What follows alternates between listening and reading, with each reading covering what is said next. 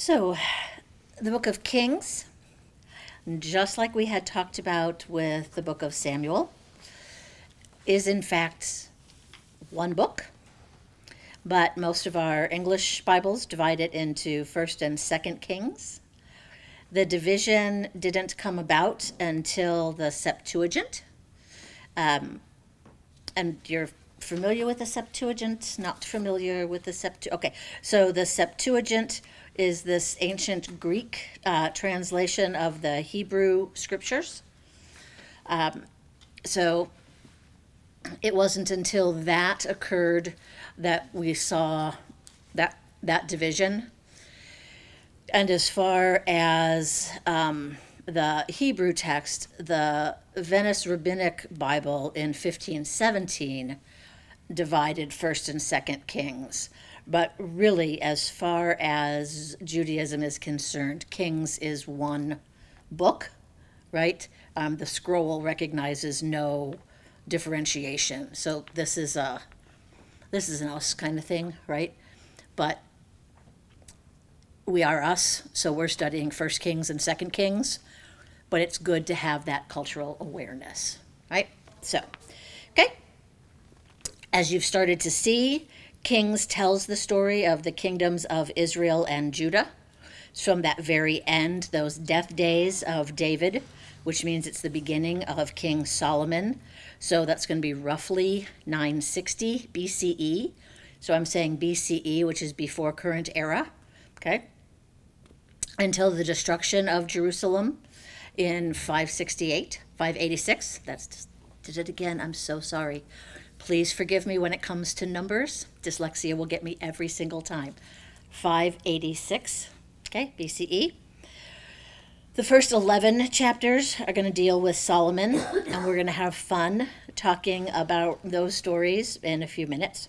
But after Solomon's death, we see that the united monarchy splits. So we've got Israel, and then the 10 tribes of it. Oh, hey, we'll pull up a chair, and Mark, would you mind grabbing just the extra copy that's right there? And oh, you got an extra copy? Why, thank you. Okay, perfect. Thank you. All right. So where are we? The united monarchy splits in two. 10 of the tribes of Israel left after the rule of Solomon. They established this rival kingdom to the north. And I gave you a lovely little map. Da-da-da. Aww.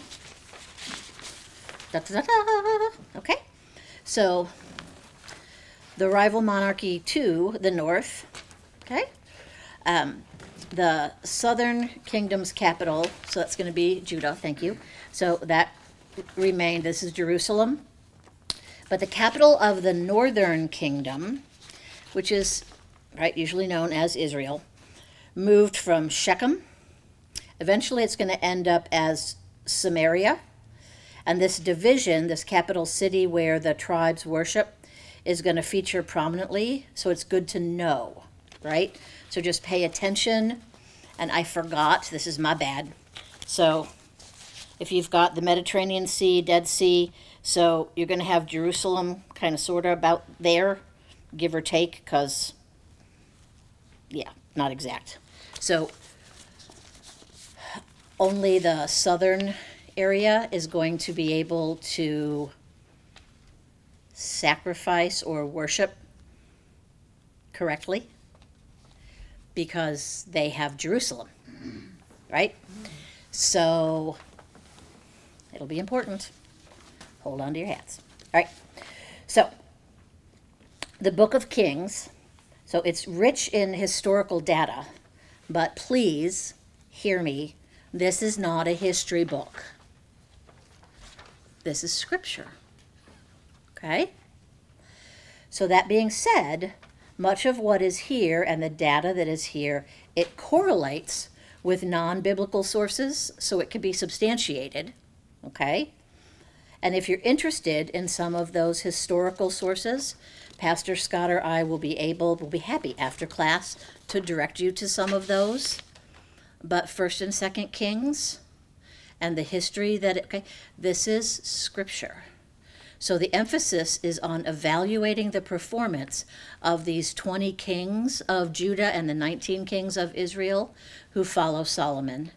And the evaluation is done with the most important criteria being the extent to which the king instilled complete and total loyalty to the God of Israel, right? To Yahweh. Did the king tolerate the worship of other gods?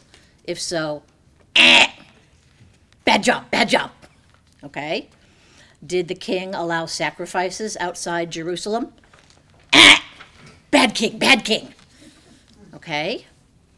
And if that's the case, and if you're in Israel, not Judah, and you're sacrificing outside Jerusalem, because Jerusalem is not where you're located, how are you possibly going to be a good king? Remember when I ask you who's writing your history? Pay close attention. Just notice. This evaluation has a built-in setup. Now, moving along, because, I like to plant those particular seeds. The evaluation of the kings corresponds to the priorities that are set in Deuteronomy, in the Torah, right? And given that reality, it's not going to come as a shock that the northern kings, northern Israel, they're all going to come out with bad evaluations. And the kings of Judah, well, they're going to vary, all right? So with those complexities and that evaluation and the climate, we have the prophet Elijah and then the prophet Elisha who come in, and the readers, or those who hear these stories, are asked to evaluate how a leader treats his people. How does the leader honor God? And then also, how does that leader do in terms of foreign policy? If you've been paying attention, this is a big part of what's going on here, because it's that understanding that the nation doesn't exist in isolation. So how are you doing with your neighbors? Right? Your people, your God, others. Because remember, you were once a foreigner in a foreign land. How you doing? Okay? We're not alone. We interact. There are political interactions. The Book of Kings highlights and challenges all these things and what is created when the voice of the prophet, thus saith the Lord, so therefore the voice of God, interacts with what is normal political reality. So we delve into individual stories, and we're going to see how folks really do and how closely these folks resemble or are doing with folks we know today. And we might start to laugh because these stories are going to sound really familiar with either what's in the news or what's on TV. Because we've come oh so far for a people who haven't changed at all, except for the names are a little different. I don't know any Rehoboams today, but all right. It's really fascinating when you really start to break apart these stories and go, oh my gosh, I'm sure I just saw that on The Sopranos. Right? It's pretty amazing. This is supposed to be when I tag my colleague in, so maybe we'll do some big picture questions and then we'll see, or otherwise I'll just switch and start doing individual stories rather than overarching history. But now, saying that this is not a history book, I did want to make sure you had just some basic history stuff, because that helps just for context, right? So you've got the history of Jerusalem and all of those, so the different time periods and when that comes into play, and hopefully that's helpful. And clearly, I'm not stopping. I brought it into, right, the divided city, right, all the stuff that happens with, the British Mandate and what happens after World War II and where Jerusalem is today. So, all right, and then we have several of the maps because we found that helpful last time. And north is always up. So I learned that. I didn't have to put anything on there. So there we go. So, all right, I'm hoping some of that is helpful to you all just as you see this. And if maps are usually helpful for you, I'll make sure that we print out more of them as we start moving through and Yeah, I doing love the different maps. stories. It's interesting Judah doesn't have access to the Mediterranean. Yeah, look at that then. So, yeah. When was Moses?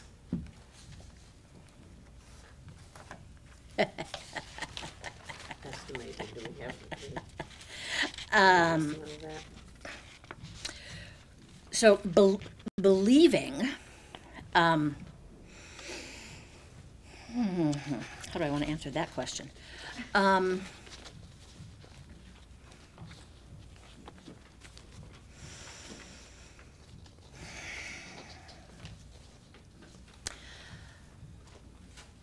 I will probably want to get back to you on a time frame for Moses.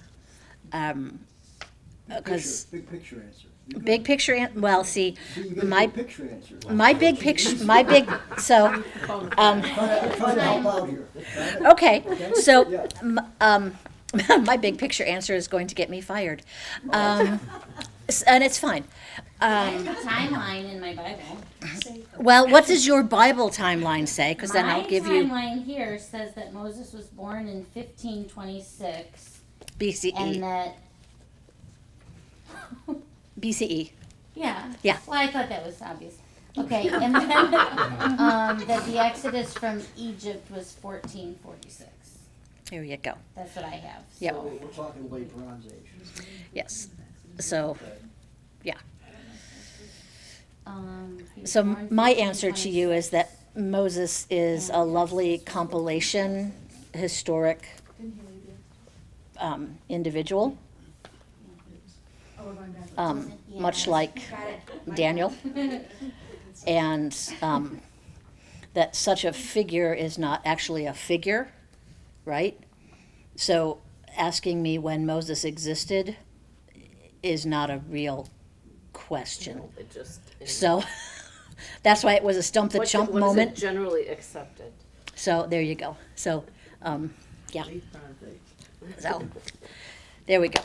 Yes. The figure known as Moses, yes. The figure to whom the 5 books are attributed, even though obviously that individual didn't write those, and yeah. So, but,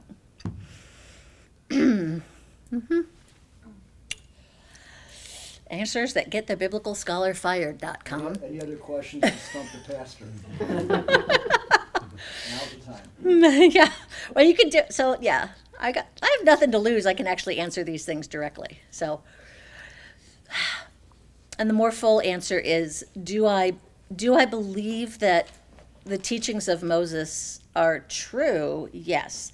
Do I believe that Moses existed? No.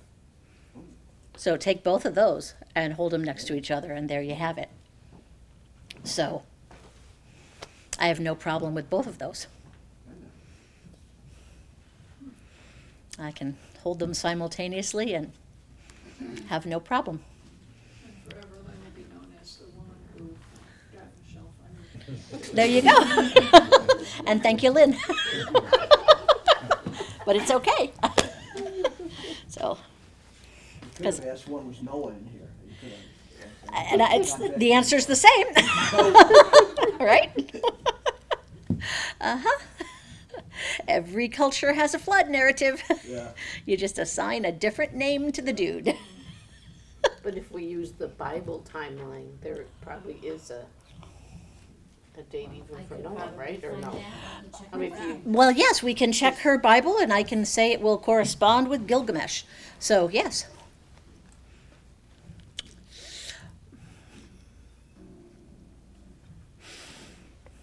And it's fascinating that, yes, Noah wrote that. Moses wrote that, even though clearly was not there. So, sorry, go ahead. I don't know. Can you give me a ballpark of For Noah? Because I'm looking. Yeah, I'm looking Genesis at 9. No, I mean, Oh. timeline wise, because it's not in a book. Oh, it's all prehistory. All right, wait a minute. Where, Like oh, here, Noah 4,000? builds the ark. Oh, undated. Creation is undated, and Noah building the ark is undated. Good. The first date I have is Egyptians discovering papyrus and ink. So it's pre 2500 BC. So prehistory Yeah. for so- whoever, which version of scripture dates that as prehistory? Are you NIV? Yes. Mm-hmm. Okay. Yeah, So early bronze or before, I guess. yeah. So when, I was gonna say, so when Pastor Scott comes in, I will get you a different kind of answer that will, from Orthodox Judaism, I'll get you an answer from Noah. So, all right? Right. So I did big picture history, and now you're on, your lecture notes. Just like that. Just like that, welcome, Hey, as how's you everybody fly doing? in. So, Right. they stumped the chump with when was Moses in existence? And I gave them my answer, which is I don't think Moses actually existed. So, I would disagree, but that's okay. I told you. Yeah. Yep. Yeah. Uh-huh. So, but On these things, we disagree wholeheartedly. It really is. That's why multiple opinions are good. so I'll throw an opinion out on that, and it is that it's an opinion. But I would say during the reign of Ramses the second of Egypt is most probable historically, if as far as kings, but pharaohs. But that's not on topic for these kings. No. So let me ask you, since I missed, I apologize coming in a little bit late. We were talking about, last week, we were talking about the end of David's reign. So as you started to read this book of First Kings, what were some thoughts, or as you shifted from Samuel to Kings and into the reign of Solomon, young Solomon, as he starts off, how did you read that? What are some things that struck you as we transition from David to his son? Not everybody talk at once. I was just amazed at how corrupt they just kept, the unfaithfulness to God. It was just so scary. From Solomon, or as the book That's what- continued? But Solomon, as he got into the different wives and then into the other kings, I mean, there were a couple who still believed in, but it was few and far between. Mm-hmm. Right. Yeah, At least that's what I thought. sure. And even Solomon himself, he started out with so much promise. Right. Yeah, because Solomon's wisdom didn't keep him from playing the fool. No.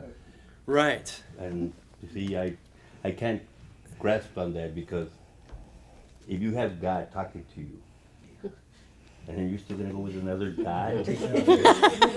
Yeah, it's I mean, hard. right now I fear, I try to be with God because He's our Right. maker, but to be worshiping other gods is, Right. especially them close to God, I don't understand that.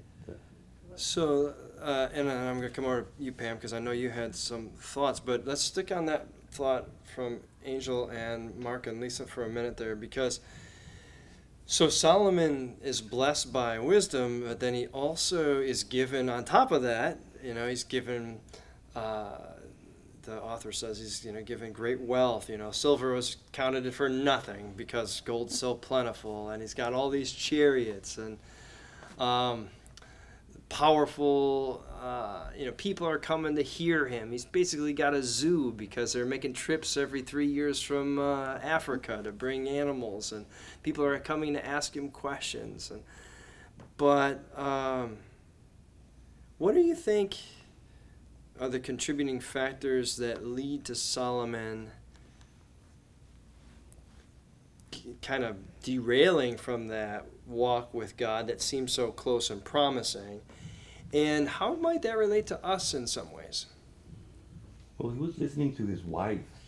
Yeah. You know? Yeah. It's all the ladies' fault. So you think it's all the ladies' fault? Well, He had so many of them, what was he gonna listen to? But they were worshiping other gods, and he was. Right. But that was politics and Sure. marrying to maintain Sure. peace and, Yeah. and greed. And greed. I think to answer that question, I think sometimes people think if a person becomes financially successful and powerful, nowadays, the older they get, they tend to wander. They tend to let that get in their mind that they can do anything and be anything, and they kind of lose touch with God. And I think people think that about people now, okay, one reason or another. But I think Solomon kind of showed that way back then, that even back in those days, they had the same faults that people now have in this current time. Talking to God, if you succeed, you tend to think you did it. yourself. Right. You get everything figured out and you don't Right. need God anymore. And if everybody keeps telling you how smart you are, how great you are, and then you acquire all this wealth, and there's, for the most part, at least early in his reign, there's peace, and then you've got all these different marriages that are, you're starting to worship other gods. Now we might not think about Chemosh or Molech, but there are other things that tempt us when we gain wealth or power that might take us away from our faith. And so Solomon starts off like a house of fire in some ways, although in some ways it reminds me a little bit of The Godfather. Yeah. That's what I was gonna say. Yeah. Is that David Yeah. did kill the people that were trying to kill him and take his power. I think that's the first thing that Solomon did, and that was really surprising to me because I was, again, I'm a novice reading the Bible, but I sort of felt from what I was reading that, oh, he's gonna be the great guy. Yeah. Yeah, David spares them and pledges an oath before God that nothing will happen to them. In fact, he takes care of some of them.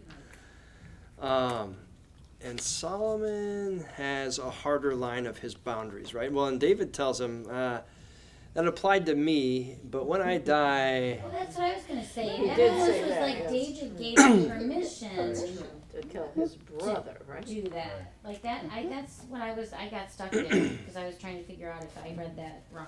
Yeah, according to the writer of 1 Kings, David says, don't let these guys go down to their grave in peace. You know, Joab and Shimei. Now, it doesn't say specifically anything with, is it Adonijah? I get the A's mixed up sometimes, his brother.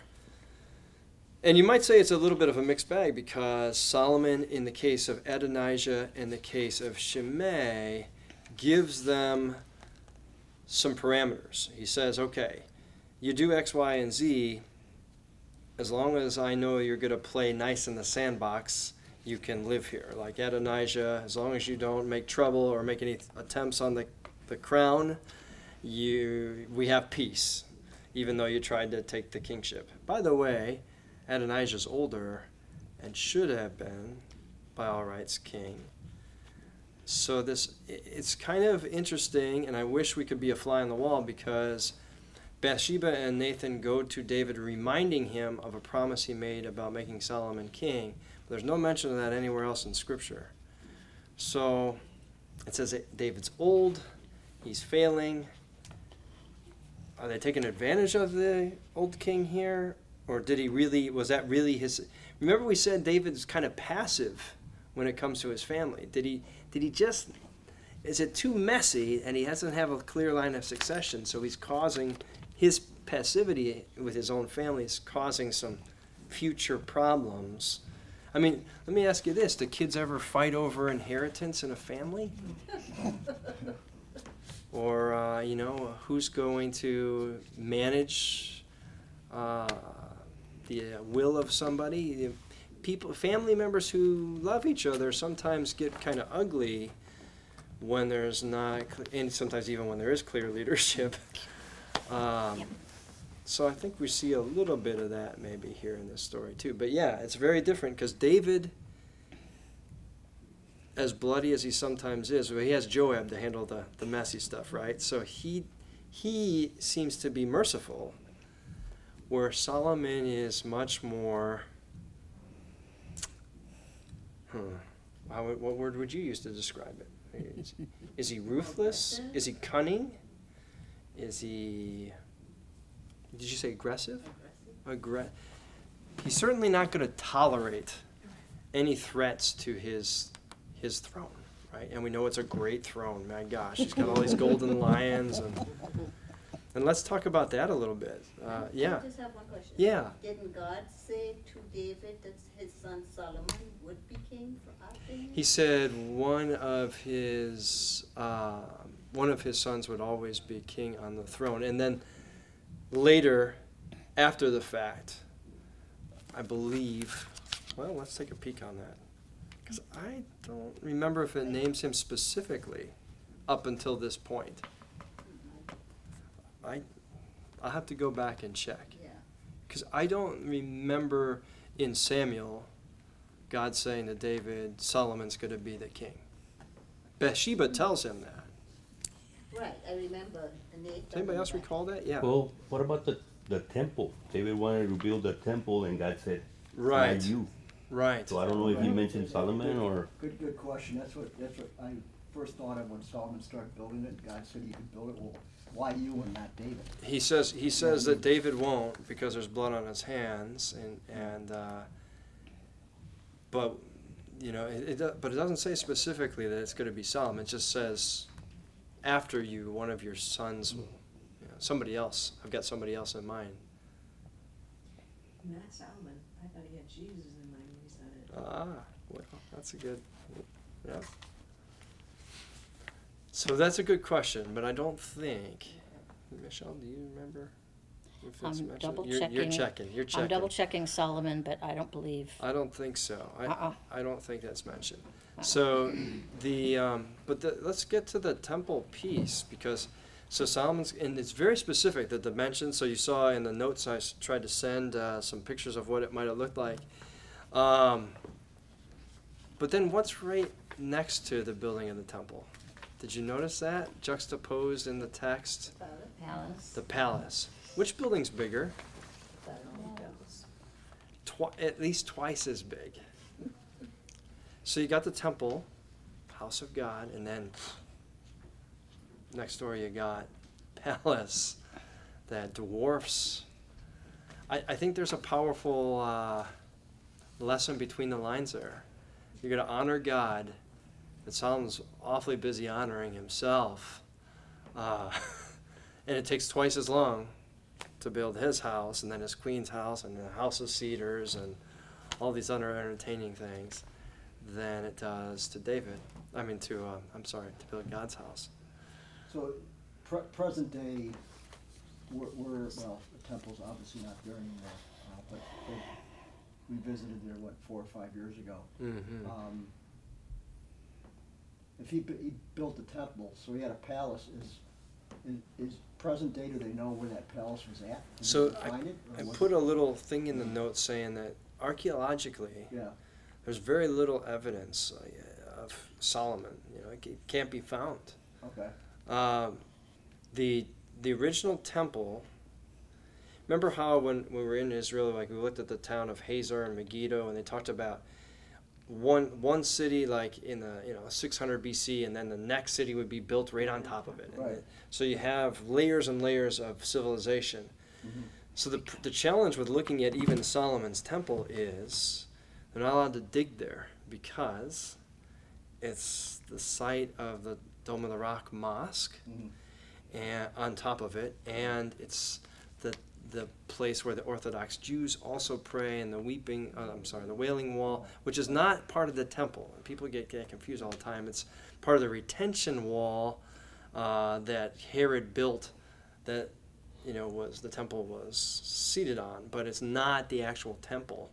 So even the second temple is not excavated. So somewhere maybe beneath you know, but we don't have evidence of that. So, you know, when we went to Israel, they talked about, I think it was in Megiddo, where, I might have this town wrong, but where they said, well, this is some chariot stables of Solomon, because it mentions all these chariots. Well, there's no evidence of horse bones, there's no evidence of chariots necessarily. They question, you know, if Shishak from Egypt invaded and Solomon really had 1,800 chariots, how'd they get destroyed so easily? Because we're talking about a huge military power.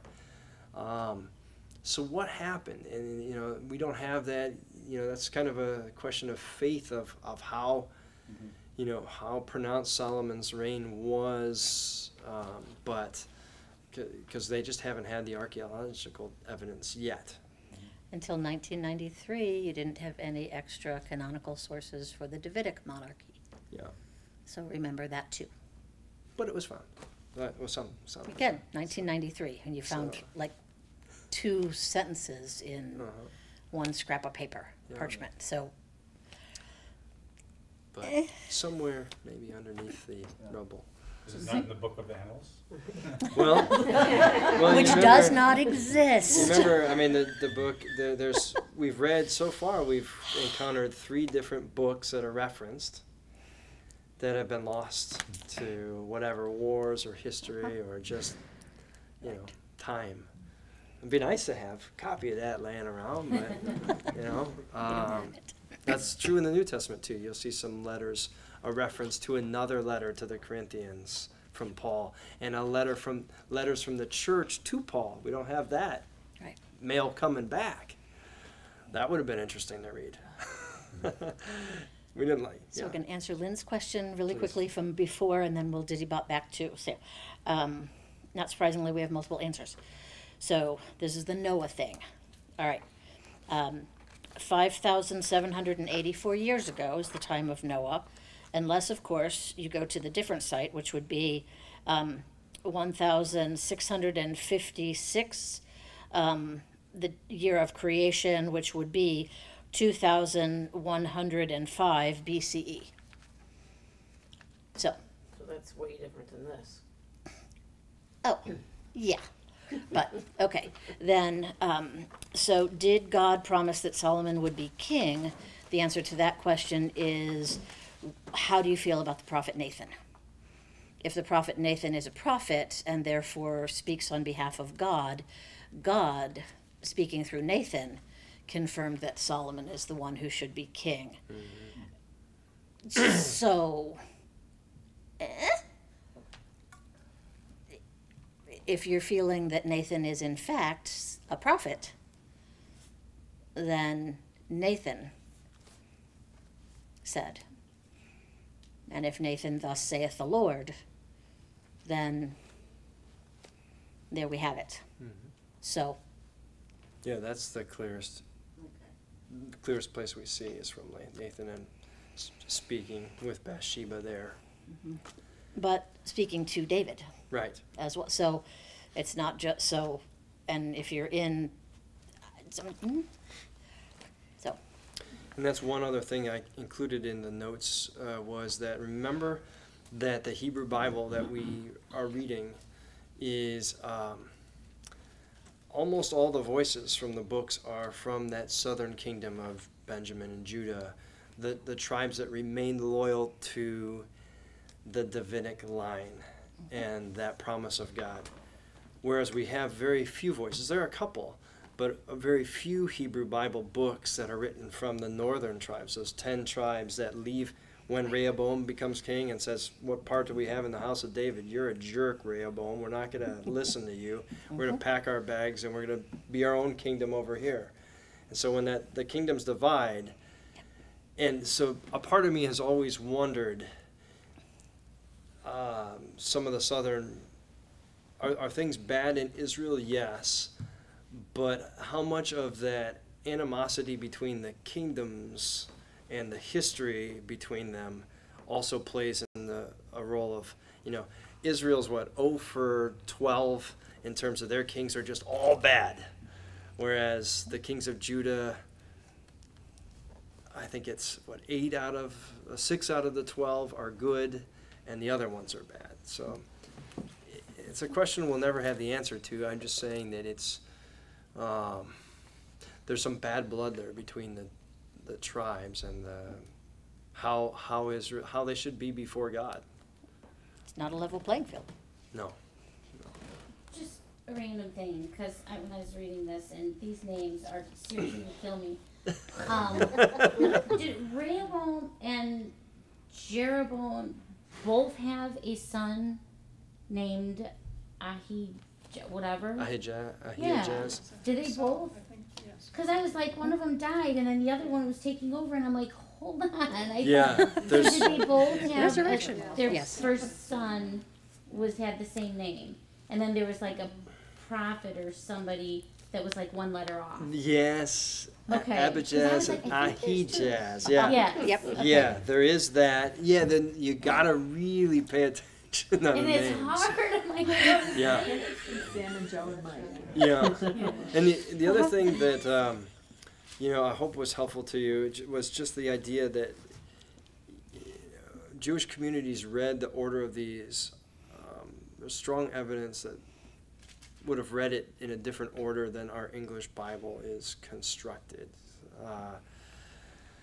And that, the books that we talked about, 1st and 2nd Samuel being one book, and 1st and 2nd Kings being one book. It's not, we've divided them canonically, but so you have it's not chronological like Right. the minor prophets. A lot of them go with this history of kings, and whereas Ezra and Nehemiah, some of the wisdom books are after they've been exiled to Babylon. Daniel, Esther, but so they're not in chronicle order. So it some of the ties to how they originally would have been organized are lost. So Why did that change? So we could mess with you. no, it's I shouldn't have said that. I'm so sorry. You just It- look so it wasn't confused. necessary. It's already so confusing. It's like I was that.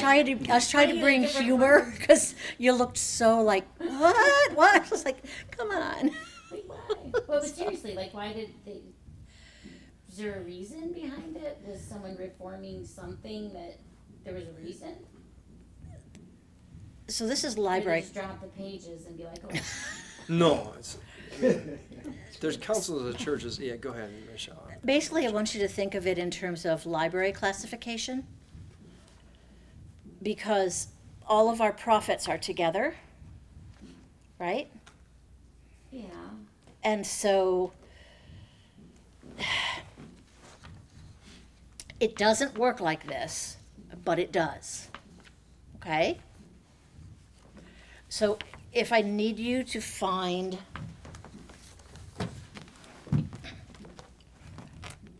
so they didn't mess with the books of Moses. They're here, the law. Genesis, Exodus, Leviticus, Numbers, Deuteronomy, right?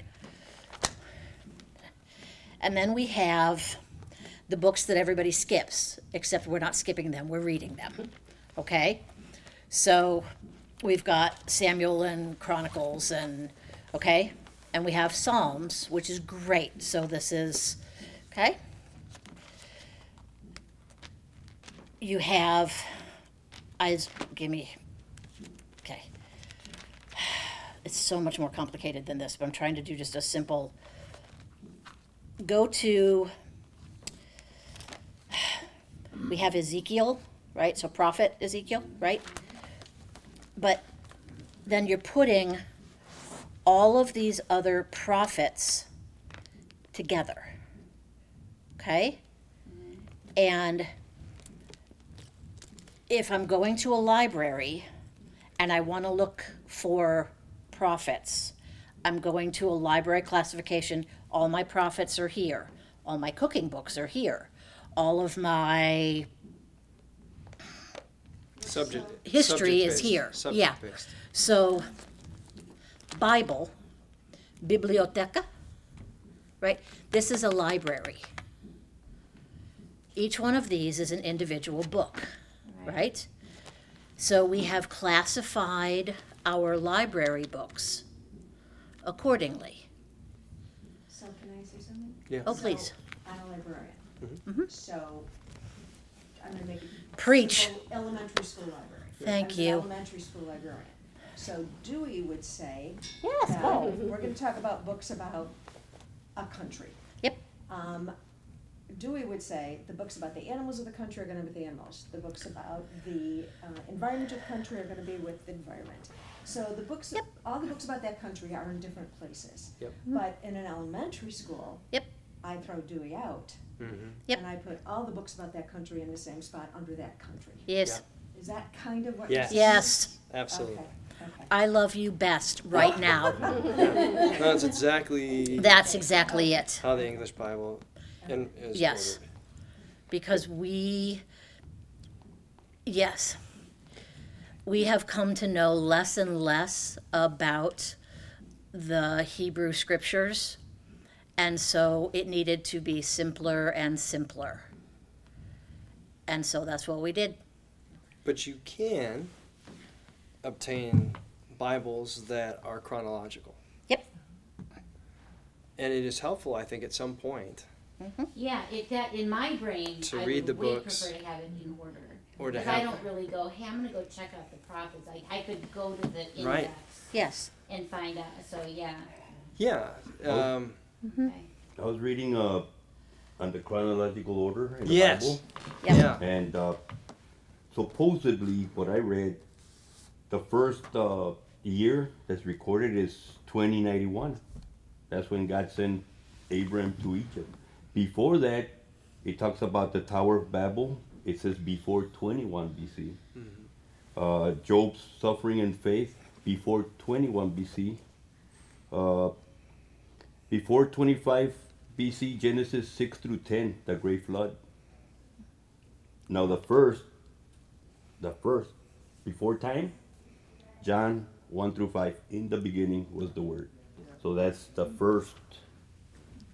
So I don't know if So this that's- is yeah. right, or I Some just of our- copied it because, You know, how we would orally. well, yeah, it goes back. Because from- nobody's there writing it down Right. when Jesus speaks the world with God into being, right? Nobody's there with the Trinity. So that is, I mean, we can't put an exact date on that, Yeah. right? The creation accounts. Right. So, you know, it's a lot of these. Well, hello. Hello, Borto. My pocket's talking God to is me. weighing in. So yeah, it's. But you know, it's so some things, and I put an example or two in there. Like we talk about if you have the there's different things that would normally have flowed well together.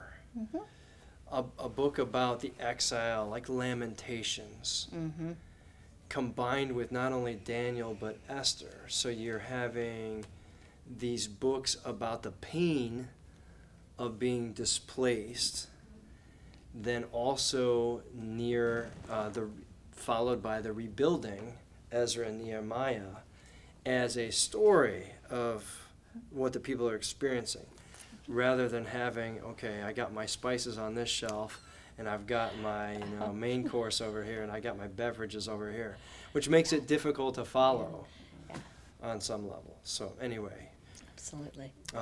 great question, and it makes it harder to read. Yeah, one could argue that maybe that ordering is not the most helpful to understanding the Hebrew Bible. One could totally argue that. Yes. I'd happen to agree with that argument. But yet we're reading it that way. We are reading it that way, yes. We probably should have done chronological. To mess with you. But, okay, back to Kings. Yes. Back to the Kings. We had these warnings from the prophet Samuel. We had the warnings from Deuteronomy that a king shouldn't do what? Wicked things. Yeah, but there was just some very specifics. Don't get involved with all these outside foreign wives, because and you will hear that refrain not only in Deuteronomy and Kings, but it's going to get really explicit in, what is it, Ezra? Yeah. that school of All thought that over you that. can't, you can't intermarry with a foreign. And that's not every book in the Bible, though. Nope. Because we got Ruth, We do. who's Moabite. We have, we have some, We dance with acceptance in Samuel, yes, Mhm. yes. for sure. So there's, yes, we definitely do. So there's some different places where two biblical authors might have a different viewpoint on intermarriage with foreigners, and whether or not a person was just a scary detriment before you even got into a relationship, or whether that was a possibility. But certainly the foreign wives, yeah. But wasn't the foreign wives the danger with the idols? Yeah, And it was so Ruth, who gave all that up, right. but these wives didn't. Right. It was the fear that you would follow after their gods. They would not only divide your heart, but they would lead you in faith to follow other things, which is what King Solomon does. Right? He's offering sacrifices to Molech. He's building idolatry temples, and he's doing all this stuff. So yeah, that, and he must not acquire great gold or silver for himself, because he will then use that wealth to tax. Yep. And what is the other thing that Israel's never supposed to do because they were slaves in Egypt? You're never supposed to enslave others, because you remember what it's like to have gone through that. So if you're an alcoholic, you're not gonna, or if you know that somebody's an alcoholic, you're not gonna pop open, I hope not, a beer and offer it to an alcoholic. Or if you're recovering, a drug addict, you're not gonna go to a cocaine den and hope that everything's gonna be okay. So this idea that from your own experience, you're not gonna do that to others. And what do we read about Solomon? He's got forced labor. Yeah. He's got Slaves his own people. taskmasters who are overseeing the labor of his people. Now there's one place that says that Solomon only forced foreigners, but there's 3 places that says his fellow Israelites are working on his projects. And then it says at one point that his fellow Hebrews, his Israelites, kill his taxmaster because they're tired of the cruelty. This is his own people. Those palaces are getting built somehow, right? So the shadow side of Solomon and his great wisdom is that he's abusing his own people, and he resembles Pharaoh more than he resembles his father. So be careful, you become what, if we idolize power and worldly strength, then we become that's a possible danger for the church too. If we value things that the world says matter over what God tells us matter, we can lose our way as a body of Christ, as a people, as individuals or collectively. So he started doing to his people what the Pharaoh did before they left Egypt. Absolutely. Yeah. You're within the timeline where, because obviously nobody's still alive that was, No. came out of the, Right. came out of That's right. the area of Egypt with Moses. And it sounds to me like it's all forgotten. No matter how much one generation has told another generation, it's just, it's so far back in the past that there's no impact. Correct. Of the effect of slavery. That's right. Mm-hmm. Yeah. Yeah. Yeah. And the witness of the prophets can be brushed off, right? Because money insulates you from God's word, right? Yeah, you don't need to hear it. Yeah. Yeah. So it's how are we doing on time? All right, we don't have a lot of time left, so I don't want to neglect one other big figure in this text, and that is the prophet Elijah. So you read about Elijah. Maybe you had heard about the prophet Elijah before. What are some things that stick out to you about that text that we have about the prophet Elijah? Because this is going to build up going into 2 Kings next week. Mm-hmm. You were talking about names being confusing. Try saying Elijah and Elisha. Shah versus Yah. Yeah. Really? Ooh, it's George. close. Why can't you be named George? Bob and George, yeah. So, Yeah. what kind of things are we dealing with the prophet Elijah, and who are his chief opponents? Who's a fast runner? Ahab. He's a fast runner. Yes, Ahab. King Ahab, and there's another player there talking about Jezebel. Jezebel. So if you read Bad Girls of the Bible, Jezebel is usually, high near the top of that list. Who would you say is the more powerful of those two enemies? I would agree She with can you. scare the prophet by writing a letter. Look how many she had killed. Yeah. So she is the power behind the throne. Make no mistake.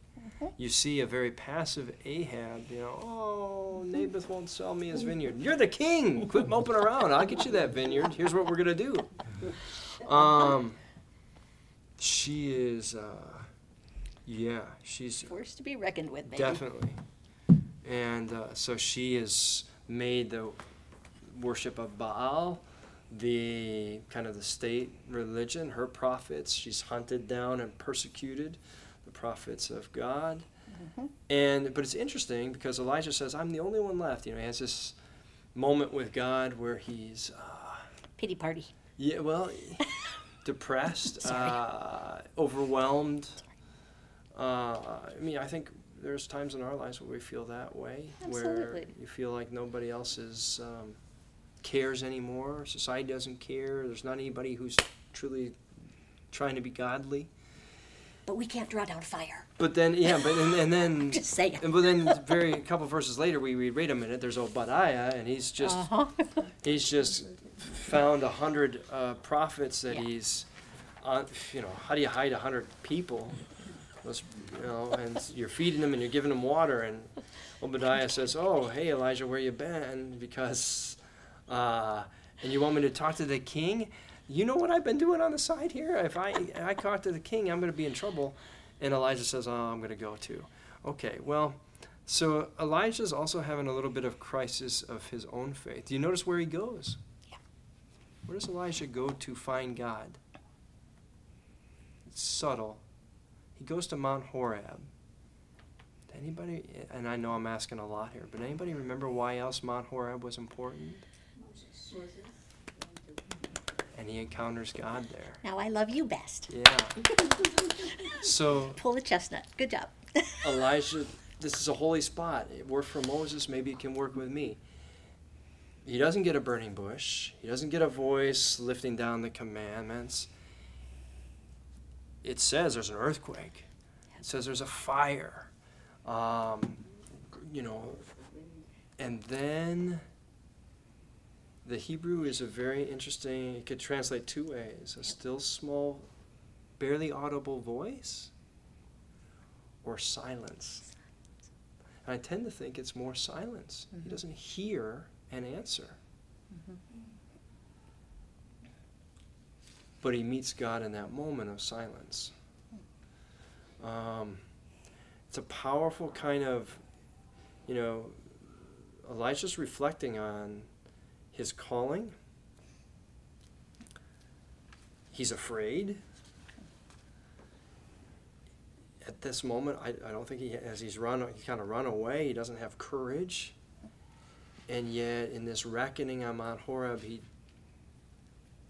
determines that God gives him a direction. It's not a hit you over the head kind of direction. It's not a burning bush. It's not a obvious sign. So, I think this speaks to us in a lot of ways. But some of us say we experience God, we hear God's voice, or we have something miraculous happen to us, like Moses' account. And some of us don't. Elijah doesn't. I mean, he has the ravens, but he doesn't have it in this moment like Moses did. I think that's what he's hoping for. Didn't God whisper gently to Elijah? And he had to listen because otherwise he was going to miss. It could translate either way. It could either translate as a soft, small voice where he really has to listen, or it could translate as silence. God is silent in the moment, but it gives him his direction. Go ahead, Michelle. You were going to say something.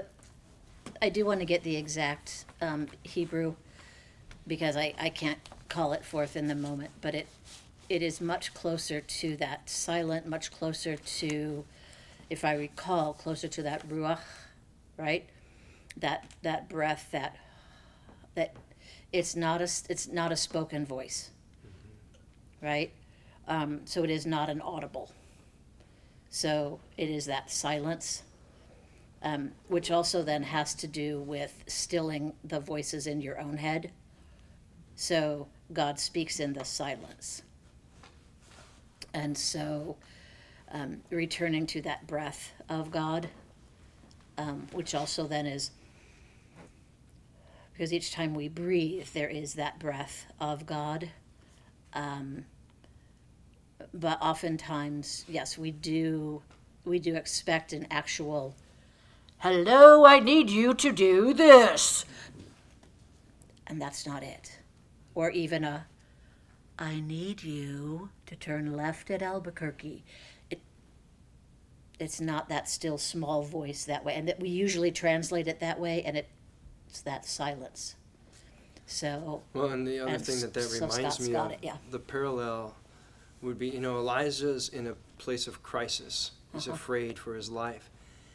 Think back, since we're, kind of comparing, he goes to the place of Moses. So the people of Israel fleeing, and they're panicked.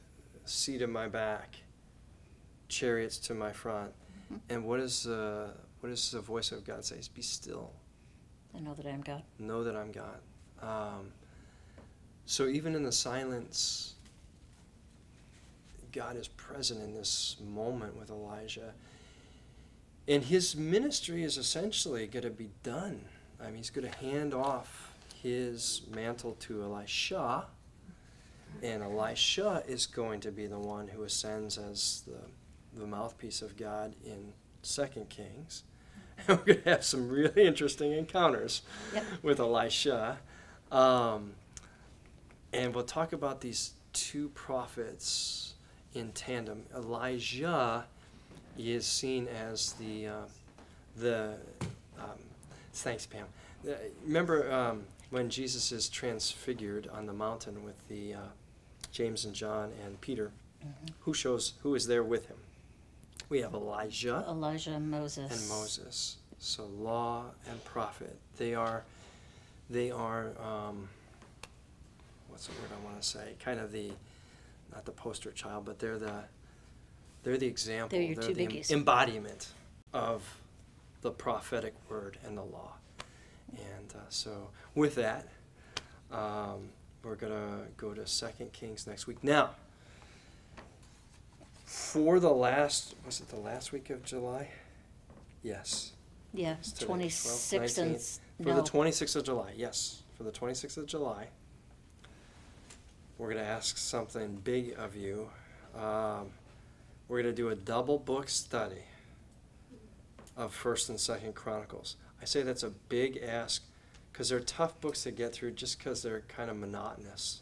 There's lots of genealogies to get through. And then we're going to take a 2-week break so that you can go ahead with the next text. But we're gonna take Chronicles because it's the royal court scribe's voice. So it makes sense to do them together. They were originally one book. So I'm giving you like an advance warning that there's going to be a fair amount of reading for that week, and it's going to be tough reading because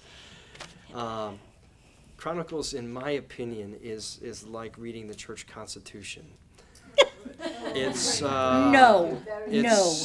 Maybe church a little constitutions worse. can be enjoyable. Yeah, it's a harder read in the Bible because it doesn't have the narrative storytelling.